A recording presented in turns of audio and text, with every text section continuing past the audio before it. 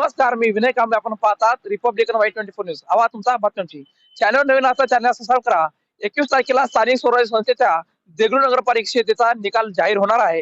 मात्र सध्या त्या तत्पूर्वी या ठिकाणी देगलूरमध्ये अनेक चर्चेला उधाण येत आहे की मात्र देगलूर नगर परिषदेवरती कोणाचा झेंडा या ठिकाणी फडकवला जाणार आहे. तर एकूणच बघायला गेलं तर गेल्या निवडणुकीमध्ये बघायला गेलं तर त्यामध्ये राष्ट्रवादी असेल, काँग्रेस असेल, भारतीय जनता पार्टी असेल आणि त्यावेळेस अपक्ष उमेदवारी देखील या ठिकाणी दाखल करण्यात आली होती. मात्र गेल्या निवडणुकीमध्ये आणि या निवडणुकीमध्ये 5 कॅन्डिडेट या ठिकाणी नगराध्यक्ष पदासाठी होते आणि बाकीचे उमेदवार हे नगरसेवकासाठी या ठिकाणी निवडणूक उमेदवार हे रिंगणात होते. तर एका बाजूला बघायला गेलं तर गेल्या निवडणुकीमध्ये भारतीय जनता पार्टीकडून गंगाधर जोशी असेल, MIM कडून चमकुडे असतील आणि दुसऱ्या बाजूला राष्ट्रवादीकडून लक्ष्मीकांत पदमार असेल आणि काँग्रेसकडून या ठिकाणी मोगलाजी शिरसाट यांची उमेदवारी होती. मात्र त्या ठिकाणी 463 मतांनी मोगलाजी शिरसाट यांचा काँग्रेसचा विजय या ठिकाणी झाला होता आणि जनतेतून निवडणूक असल्यामुळे या ठिकाणी काँग्रेसची सत्ता या ठिकाणी आली होती. मात्र दुसऱ्या बाजूला बघायला गेलं तर लक्ष्मीकांत पद्मावर यांनी देखील या ठिकाणी जोरदार तयारी या ठिकाणी केली होती.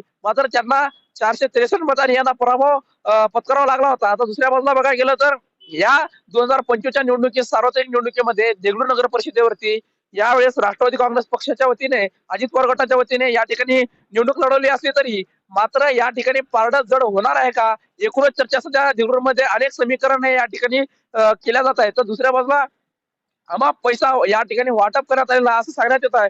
मात्र काही जागी राष्ट्रवादीकडून असेल, काँग्रेसकडून असेल किंवा भारतीय जनता पार्टी असेल किंवा शिवसेनेकडे असेल, जे पक्षाचा फंड आला होता ते पक्षाचा फंड अनेक उमेदवारांचं म्हणणं आहे की आमच्यापर्यंत फंड आम्हाला दिलेला नाही, त्यामुळे त्याचा फटका येणाऱ्या नगराध्यक्ष पदाच्या उमेदवाराला बसणार आहे का, हे येणाऱ्या काळात बघावं लागणार आहे. तर दुसऱ्या बाजूला बघायला गेलं तर अनेक उमेदवार जे होते त्यांना बघून निधी या ठिकाणी देण्यात आलेला आहे पक्ष फंड, हे देखील सांगण्यात येत आहे. मात्र या ठिकाणची निवडणूक हे चौरंगी लढत होणार आहे असं सांगत असले तरी मात्र राष्ट्रवादी आणि काँग्रेसमध्येच या ठिकाणी सरळ सरळ लढत होताना दिसून येत आहे.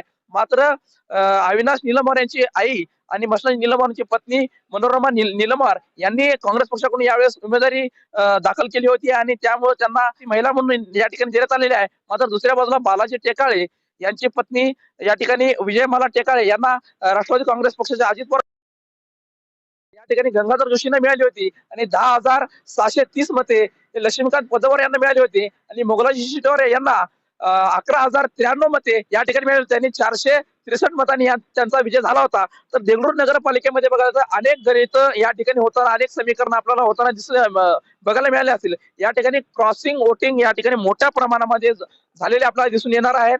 काही दिवसांमध्ये 1,000च्या लीड मध्येच या ठिकाणी विजय आणि पराजय होण्याची शक्यता आहे.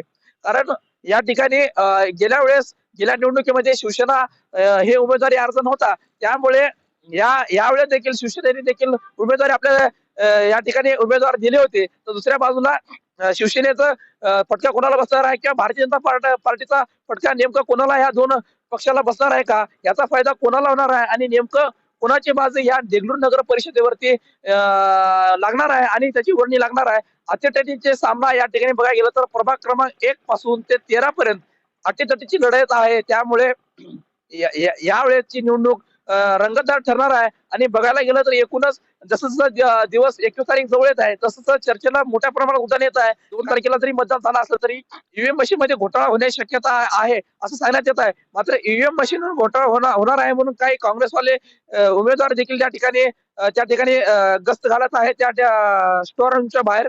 मात्र अनेक पक्षाच्या वतीने सांगण्यात येत आहे की मशीनमध्ये जर गडबड झाली तर या ठिकाणी दुसऱ्या पक्षाची सत्ता येईल असं अशी चर्चा देखील देगलूरमध्ये होताना दिसत आहे. मात्र 21 तारखेला कोणाचा उधळला जाणार आहे आणि कोणाची सत्ता या देगलूर नगर परिषदेवरती येणार आहे, येणाऱ्या बघायला लागणार की विकासाच्या मुद्द्यावरती या ठिकाणी देगलूरच्या जनता कोणाला कौल देणार आहे. आणि तुम्हाला काय वाटतं आम्हाला कमेंट करून सांगा की देगलूर नगरपालिकेवरती कोणाचा झेंडा या ठिकाणी फडकणार आहे आणि जे पक्षाचा जे काही फंड आला होता त्याच्यामुळे जे काही स्थानिक नेते होते आणि किंवा जे उमेदवार होते किंवा नेते होते त्यांनी त्यांच्या उमेदवारासाठी जे खर्च करायला पाहिजे होतं ते निधी खर्च केले नसल्यामुळे त्या नगराध्यक्ष पदाच्या उमेदवारांना याचा फटका बसणार आहे का, नेमकं काय होणार आहे हे येणाऱ्या काळामध्ये बघावं लागणार आहे. किती गेल्या वेळेस 2 या ठिकाणी भारतीय जनता पार्टीचे नगरसेवक निवडून आले होते, मात्र यंदाही प्रभाग क्रमांक 11 मधून म्हणा किंवा 6 मधून तरी किंवा जे काही प्रभागामध्ये गेल्या वेळेस निवडणूक लढवले होते त्यांनी पुन्हा एकदा या ठिकाणी भारतीय जनता पार्टीकडून निवडणूक लढवणार आहे का, त्यांच्या पक्षाचे प्रतिनिधी वाढणार आहेत त्या कमी होणार आहेत हे येणाऱ्या काळात बघायला होणार आहे. आणि शिवसेना यावेळेस त्यांचे अकाउंट ओपन होणार आहे का, त्यांची कशा पद्धतीचं असणार आहे हे आपल्याला बघायचं आहे. मात्र देगलूर नगरपालिकेचा जर विचार केला तर एकूणच आणि निलंबन या दोघांच्या ह्याच्यामध्ये मोठ्या प्रमाणामध्ये या दोघांमध्ये सध्या लढत सरळ होताना दिसत आहे. मात्र या ठिकाणी देगलूरची जनता कोणाला या ठिकाणी पसंती देणार आहे आणि नेमकं या देगलूर नगरपालिकेच्या विकासाच्या संदर्भामध्ये ठिकाणी त्या प्रभागामध्ये बघायला गेलं तर क्रॉसिंग वोटिंग झालेले आहे.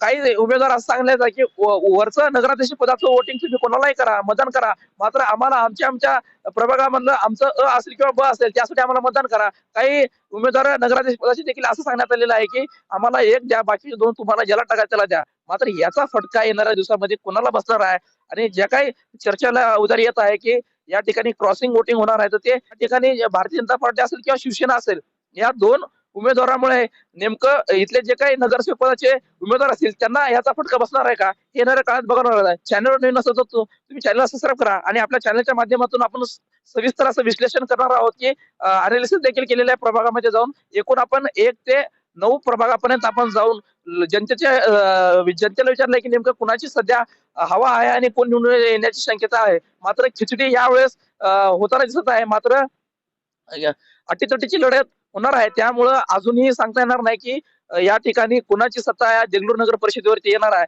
का. अनेक जणांची चर्चा देखील आहे की या ठिकाणी मशीन मध्ये गडबड होण्याची शक्यता आहे असं नागरिकांमध्ये मोठ्या प्रमाणात चर्चा होत आहे. मात्र तसं कुठे काही न होता या ठिकाणी स्ट्रॉंग रूमच्या बाहेर कसल्या पद्धतीचं गडबड आतापर्यंत झाली आणि प्रशासनाच्या वतीने या ठिकाणी निवडणुकीच्या काळामध्ये कोणाचंही फॉर्म रिजेक्ट होणार नाही यासाठी इथल्या निवडणूक अधिकाऱ्यांनी चांगल्या पद्धतीनं काम केलेलं आहे. आणि कोणाचाही काही कुठली त्रुटी वगैरे असेल तर त्यांनी लगेच त्याची पूर्तता करण्यासाठी उमेदवारांना सांगण्यात आलेलं आहे. मात्र येणाऱ्या दिवसामध्ये देगलूरची जनता कुणाला मतदान करणार आहे, विकासाच्या संदर्भामध्ये इथले जे मूलभूत प्रश्न आहेत, कचरा असेल, पाणी असेल, लाईट असेल आणि जे काही मूलभूत गरजा आहेत इथल्या विकासाच्या संदर्भातले रस्ते, नाले आणि गटाराचे जे काही प्रश्न आहेत या संदर्भात कोण या ठिकाणी बोलणार आहे आणि ते विकास संदर्भात बोलणार आहे. आणि गेल्या 5 वर्षामध्ये भ्रष्टाचार झाला असं सांगण्यात येत आहे.